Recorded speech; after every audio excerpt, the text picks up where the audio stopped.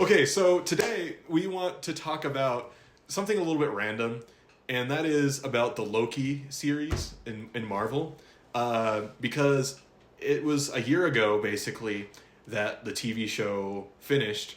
And Camden actually just finished it a couple days ago. That's true. So we kind of wanted to talk about it because it's something that we both really enjoyed. And so we kind of want to give a little overview of what it was about in case you don't know.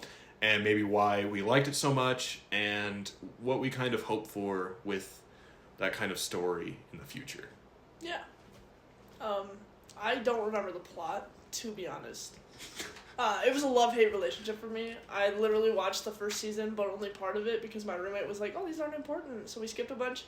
I made that sound so much more rude than she made it sound. I'm sorry. No. Not salty.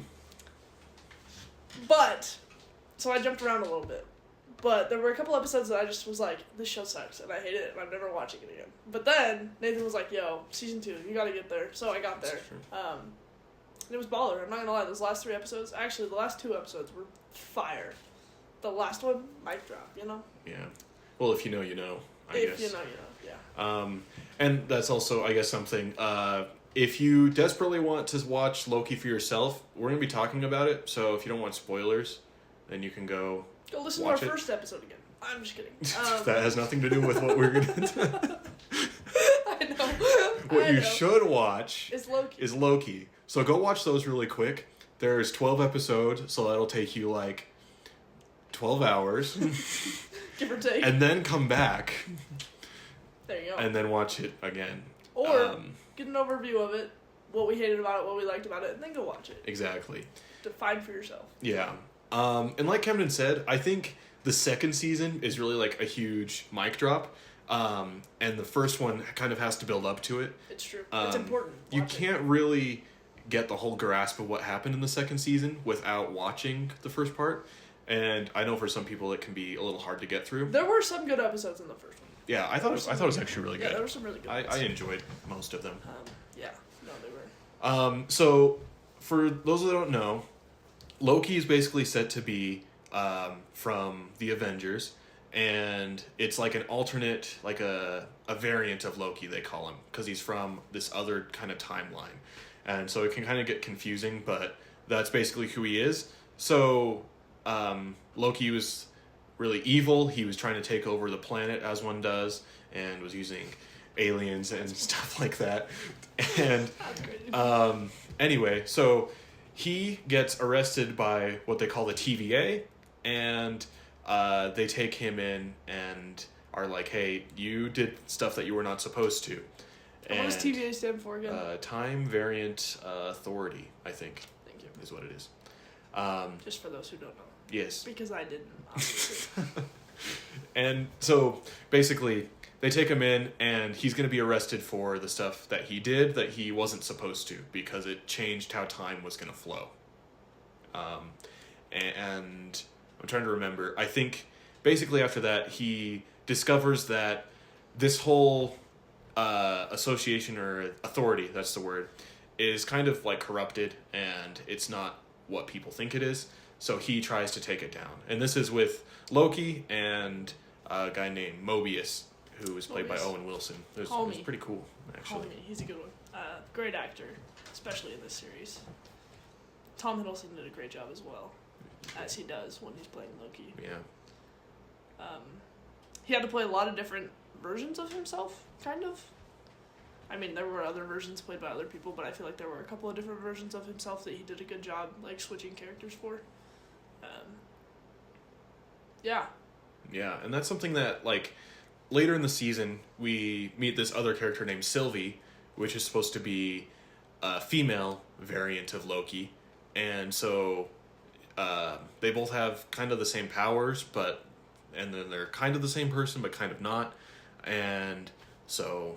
Yeah. For all the girls out there, you will love her hair in the first season. But the second season, let me tell you, it looks awful. It literally looks so bad. I don't know what the actor or the people in charge of it were doing.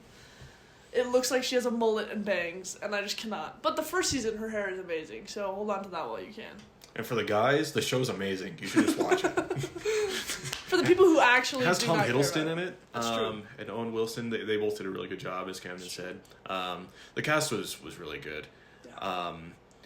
and yeah. So basically, this is something that happens is as Loki and Sylvie are working together, they kind of form this weird like relationship with each other, because they're both the same person, but I don't know. It's kind of weird. Yeah. There's one episode in particular that you're like, he just fell in love with himself. That makes me mildly uncomfortable, you know? And that's what Owen Wilson's character even points out. Like, Loki's character was so narcissistic that the only person he could fall in love with was himself. Was a female version of himself. Yeah. Yeah, but once you get past that, you know, it's okay. Yeah. Because that's not talked about at all in the second season, really. I mean, it kind of is. A little bit, but... Not nearly as much as the first season, for sure. Yeah. And like Camden mentioned, there are other variants that he meets. He meets one that is himself, but like more evil. There's like a kid version of him who killed Thor, and that's what he kind of messed up in his timeline. Yeah, so they're like, get out of there. You're not there anymore. Yeah. There's this really old guy that's also Loki. There's an alligator. The alligator goes crazy. Yeah, an alligator Loki. He's got the little horns and everything. Yeah. It's perfect. I can't remember if there were any others. There was another... I think there was another guy, but I don't remember. Oh, it was like this big, like, African-American dude. Oh, yeah, you're right, yeah. It was, like, built. Dang, that guy was tall. Anyway. Yeah, there were a few of them. Yeah. So it's kind of interesting, because they're all the same, but different. They have these different stories, but the same powers. And, yeah. And so that's what they all work together, and... yeah, that's what Loki and Sylvie are like the main Lokis, though. They're the ones that we really follow. Yeah, the other ones are only in, like, maybe 2 episodes. But Loki and Sylvie are in almost every single one. Yeah. Well, And- Loki obviously is in every one. Right. But Thank goodness. Yeah, that's something that they learn, that there are these timekeepers, as they call them, that are kind of in charge on how time is supposed to flow. So things are supposed to happen a certain way, and if they don't, then they go to those timelines and they prune them, is what they call them, which is basically sending them to this other dimension that is like outside of time. It you basically really kills don't them. know about for a long time. Yeah, Because it's kind of you just think that they mysterious. die. So, yeah, but then they end up in this other place with this massive cloud, and they're like, oh no. You know. Yeah, that's some good nut chilling there, though. Yeah. That's basically what happens. Yeah.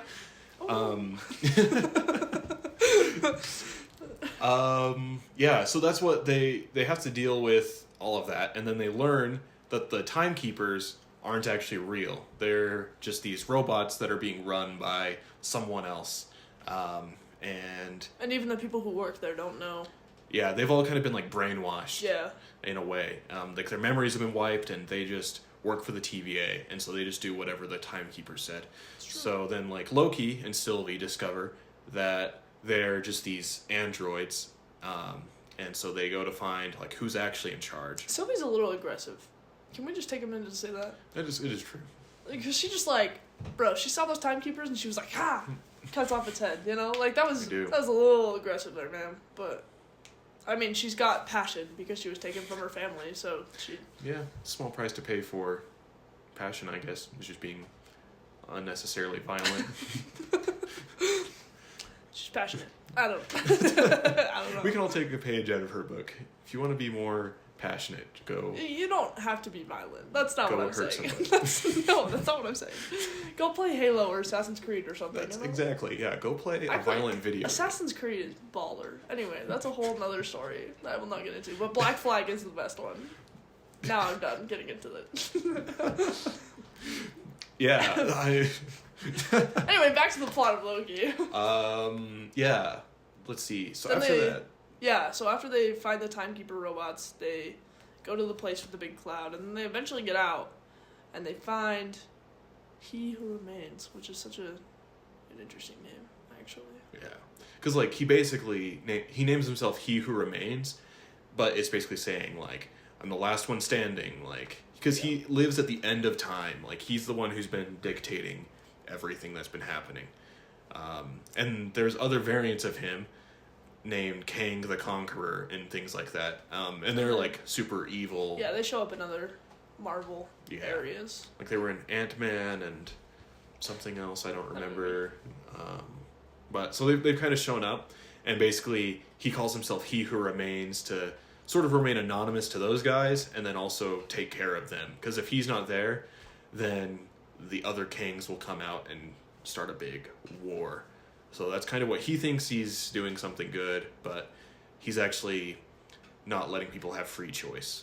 Yeah. Because if it doesn't go his way, then he just gets rid of their timeline. And so a lot of the show just talks about them trying to give people free will when it comes to their timeline.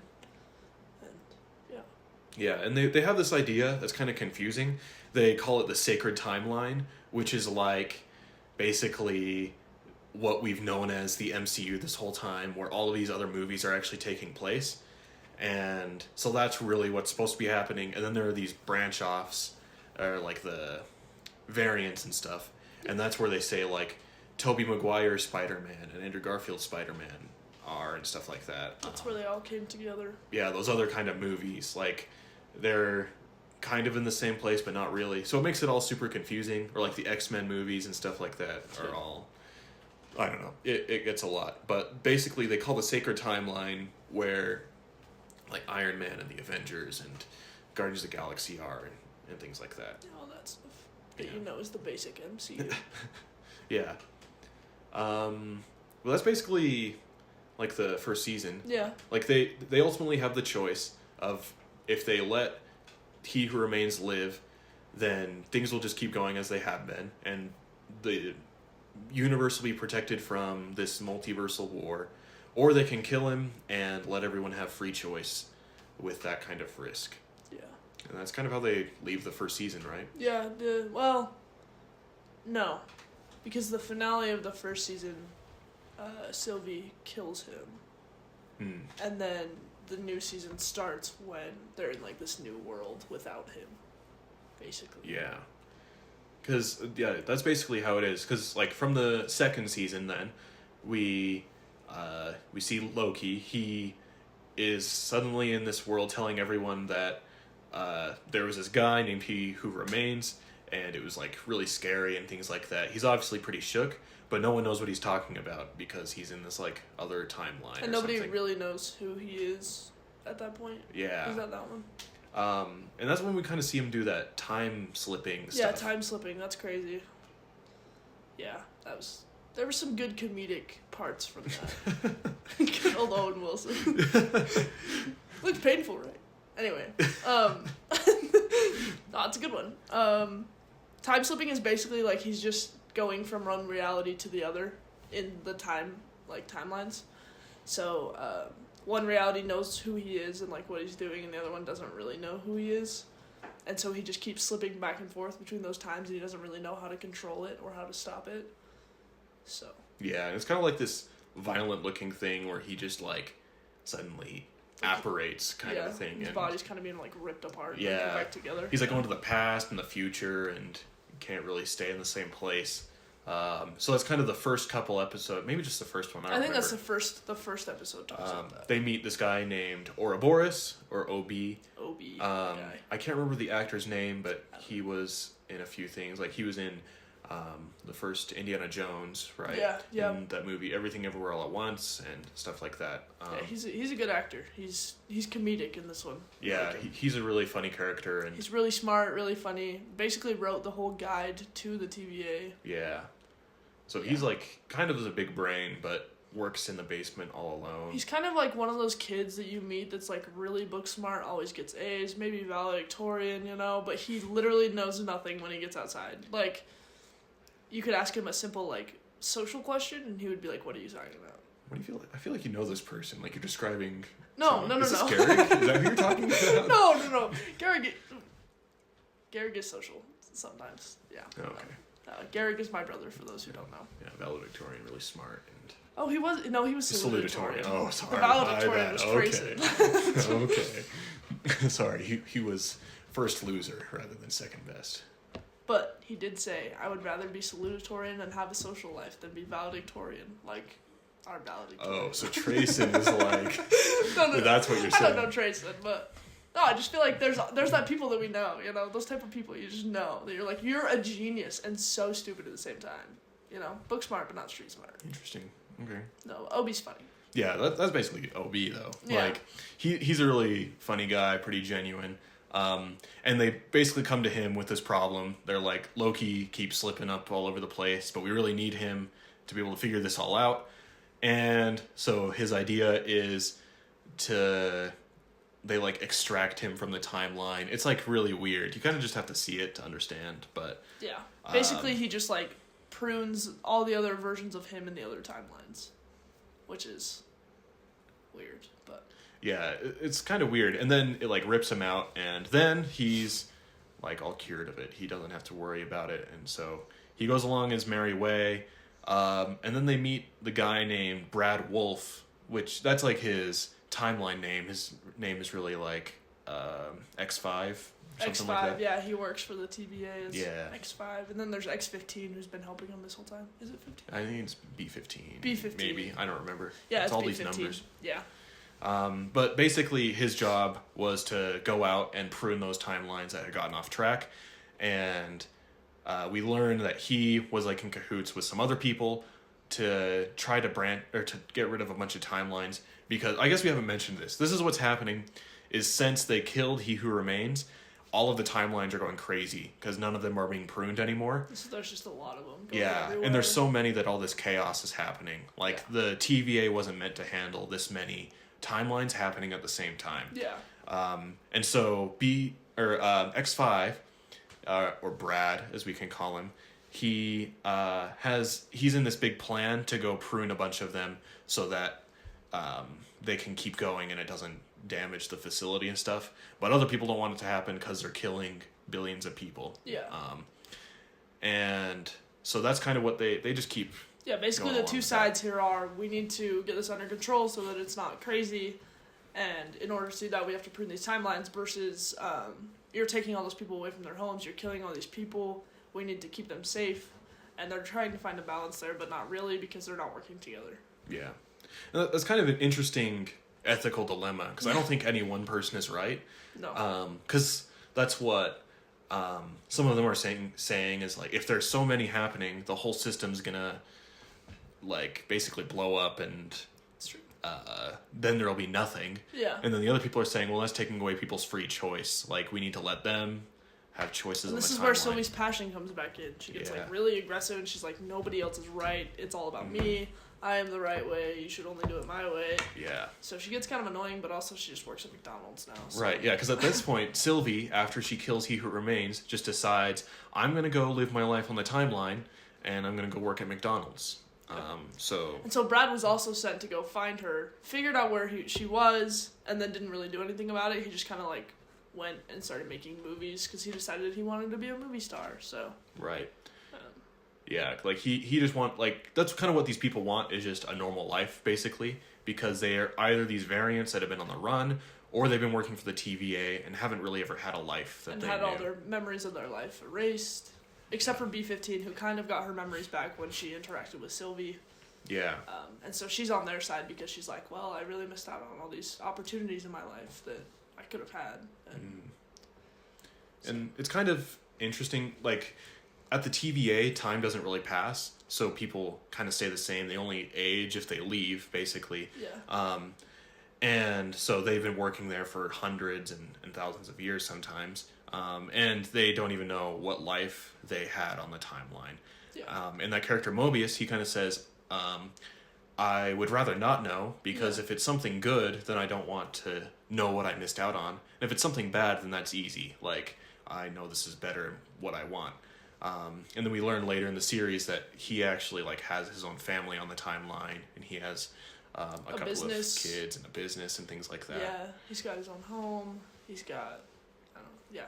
Yeah, so for him it was a pretty good life, and so he was that a was single really hard. dad though. He was a single dad. Like, so, there were some hard things. He had to decide to give up his kids at one point, and then Loki was like, "It's okay, we can get them back. Like, you don't worry." But it was a hard choice for him because it was his kids, and yeah.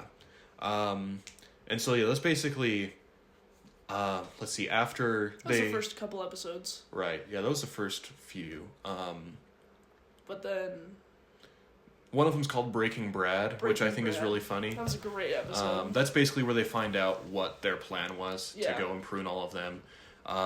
Basically, Loki decides he's going to interrogate Brad, and he's the god of mischief, so he finds this way to break him and find the information he needs.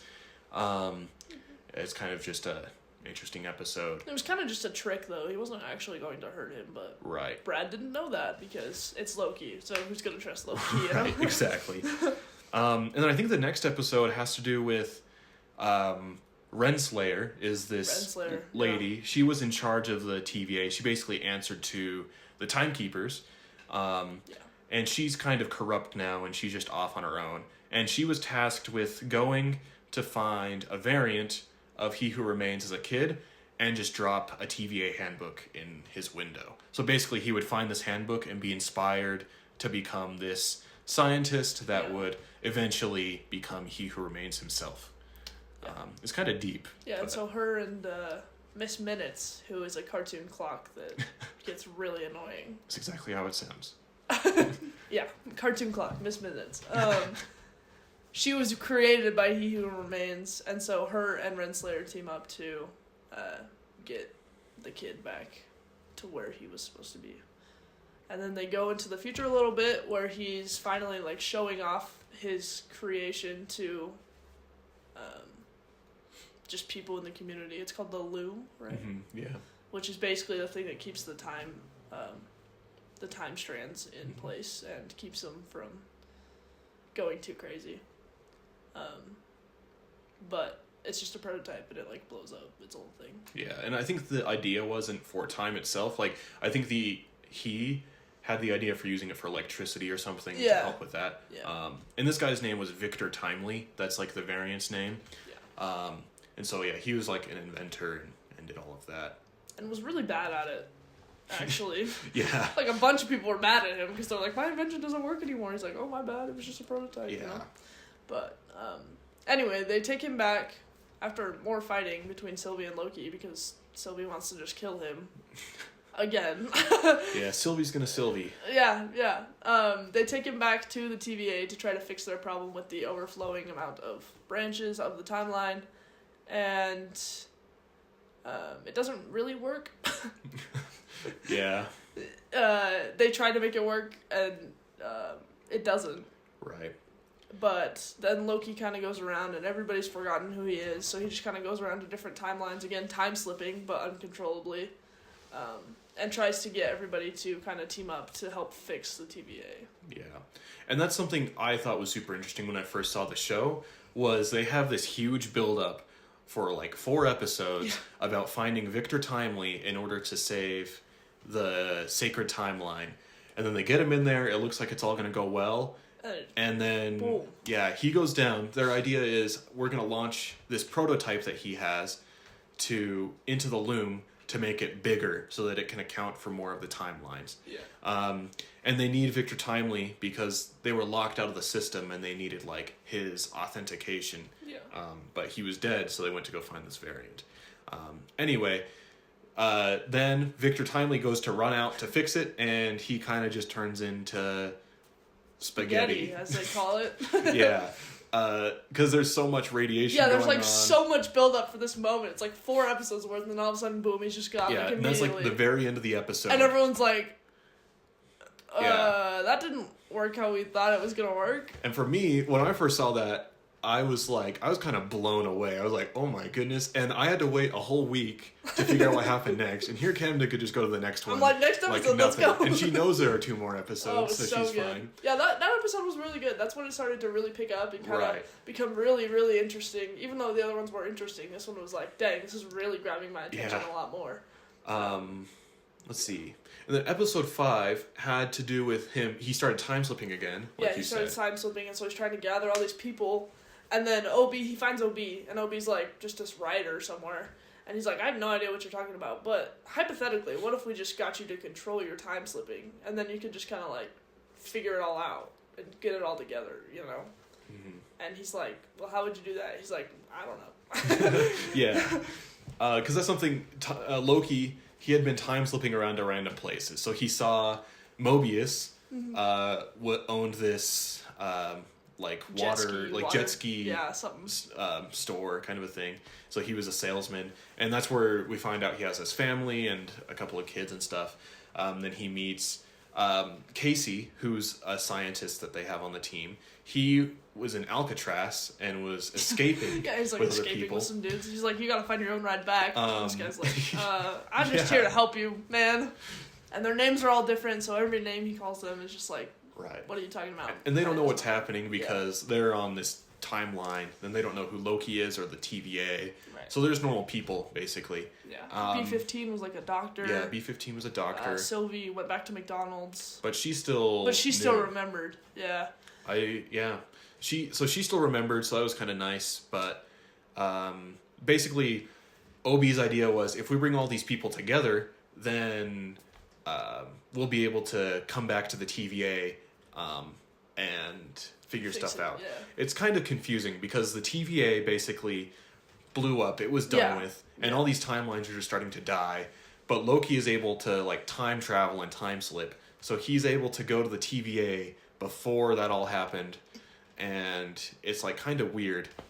So eventually in this episode, he figures out how to time slip, like control it. Yeah. And so he was able to go back there, and that's where episode 5 ends. He goes right back to the event before episode 4 ends, and the whole thing. Yeah, because they all die because their time branches were erased basically, and so all of his friends are dead. And he's like, wait a second.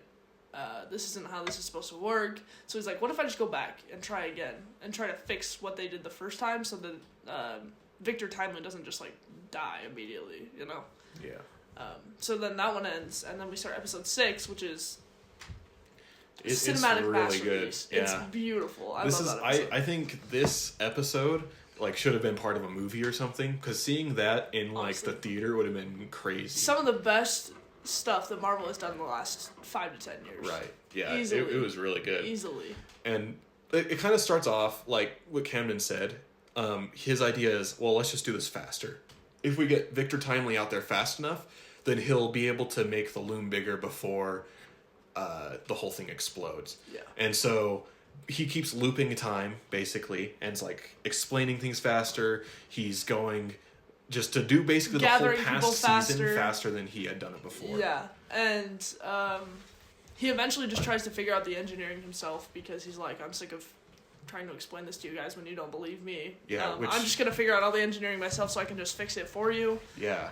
Which takes literally centuries. Yeah, that's what he says, like, OB, how long would it take me to learn everything that you guys know about engineering and physics and the time, like the TVA and everything? And he's like, oh, it would take years or centuries. It's like decades, and then Casey's like, it would take centuries. And so he's like, okay, well, and then it's like centuries later, and so he's still trying. Still running around. I can't imagine repeating that over and over again for centuries. Like, that would be crazy. You'd get pretty sick of it pretty fast, but I mean, he couldn't do anything else, so. Right. And that was something like, he knew exactly what people were going to say, where they were going to be. So he's like, all right, it doesn't matter, just go in, go do this, get out, don't do this, or else you'll literally die because there's not enough time. Yeah.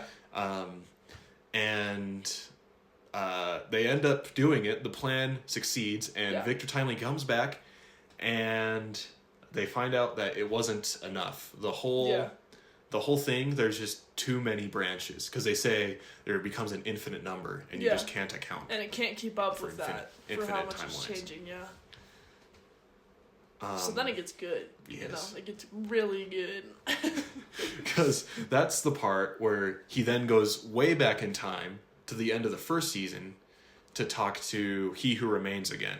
And he's basically like, all right, we just can't kill He Who Remains. I have to stop Sylvie from doing that.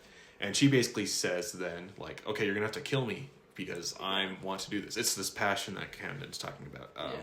Because he doesn't want to kill. Passionate, she just wants to kill people. Somebody wants to die, yeah, I know. But he doesn't want to do that. So he actually goes back even further to, like, the first episode when he's talking to Morbius, and he's like, Morbius, what would you do in my situation if this was what you were given? And Morbius is like, well, I mean, I don't know. And then he kind of gives him some good advice, and then Loki's like, okay, I can't kill Sylvie, but I have to do something. Because he says, like, sometimes we have to make the sacrifice in order to help the most people, or something like that. Yeah. So then, he goes back to which part?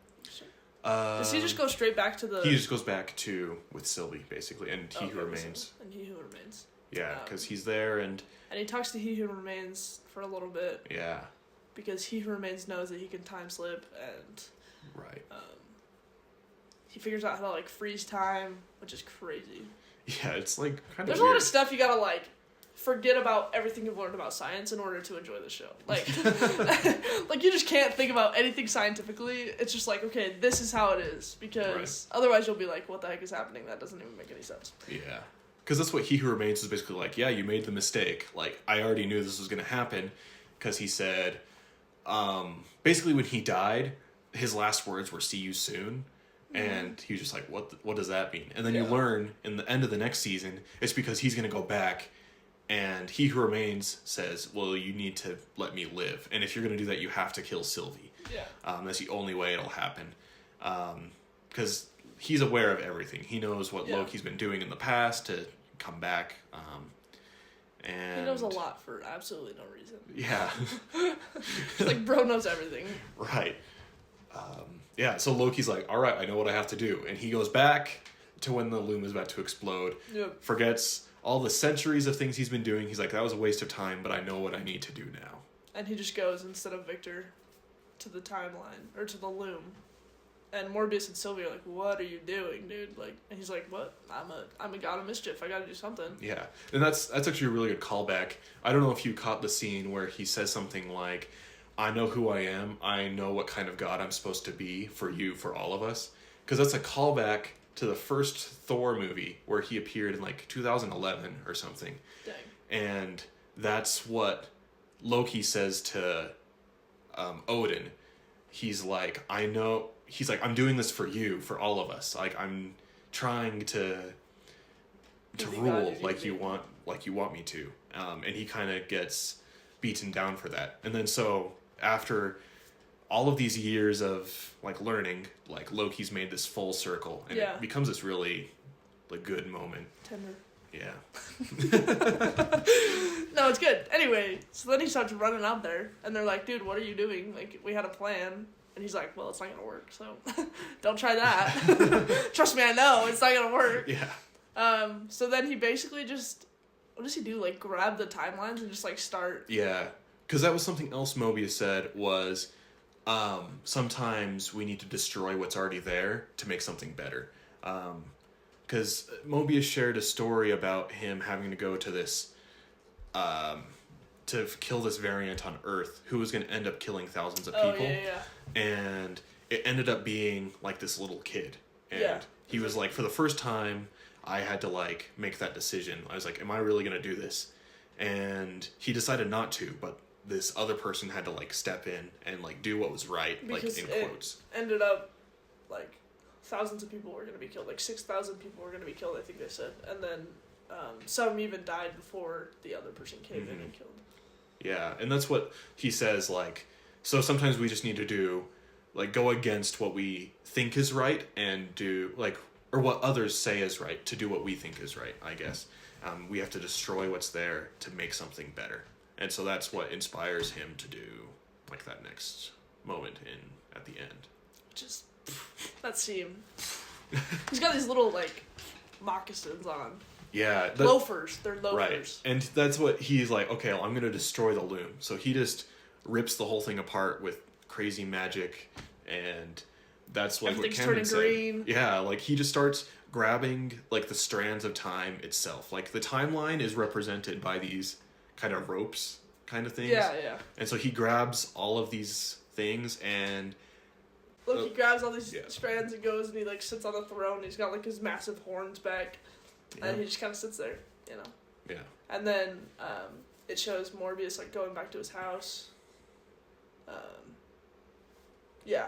Anyway, it ends up being like really happy and everything, and they're like, "Well, we wish Loki was still here, but this is good." Yeah. Well, that's what they like Loki basically makes like the sacrifice for the whole timeline, because when he decides to do that, he is able to account for the infinite timelines. One of the coolest scenes MCU's ever done. If you don't watch the rest of the series, go and watch that at least, because it's really good. It's so good. And then like Mobius has this kind of retirement scene sort of a thing, and kind of a touching moment with B-15, because she's like, well, if you ever want to come back, like, we're all I'll here. save you a seat, kind of thing. And then she's like, are you scared? And he just says like, oh yeah, like I'm really scared, and goes back to the timeline, meets up with Sylvie for a second, and he's just like, I'm gonna stay here and just let time pass, which I thought was like pretty it was a great way to end the season. Yeah. Just with that. And then I think it just ends with, like, you see Loki sitting on that throne, which by the end he says he doesn't even want the throne anymore, which is a complete 180 from the Loki that we remember. From like Loki in the Avengers. The first Avengers. That's literally all he wants, and then he completely changes. Yeah, he completely flips. It's crazy. Yeah. It's a great series. Definitely recommend. Yeah, like Camden said, it's probably one of the best things that Marvel's done in the past 5 years, maybe. Yeah, I would think so. Because there's been a lot of stuff that's happened, but I think that was really good. Yeah, it was a great series. Yeah. Strongly recommend. 10 out of 10. For most of it. Sylvie's hair needs to be Camden fixed. doesn't like Sylvie's hair very much. Just in the second season. Yeah. It's not good. It's like a mullet with bangs. It's awful. Anyway, it doesn't matter. It's alright. You get past it for the plot, I guess so. Or something. I guess that's really all we wanted to share, was just kind of our thoughts about that. Our thoughts about Masterpiece, It was really good. Yeah, it's great. Any last thoughts, Camden? No, that's all. All right. Scamper, little badgers. Please scamper.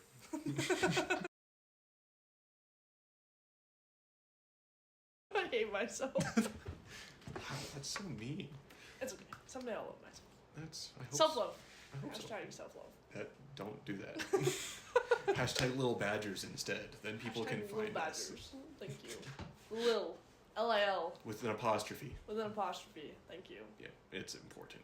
It is. Unless you're going to any of our social media, then there's not an apostrophe. It's a little confusing. It's a little confusing. It's just stupid. Stop.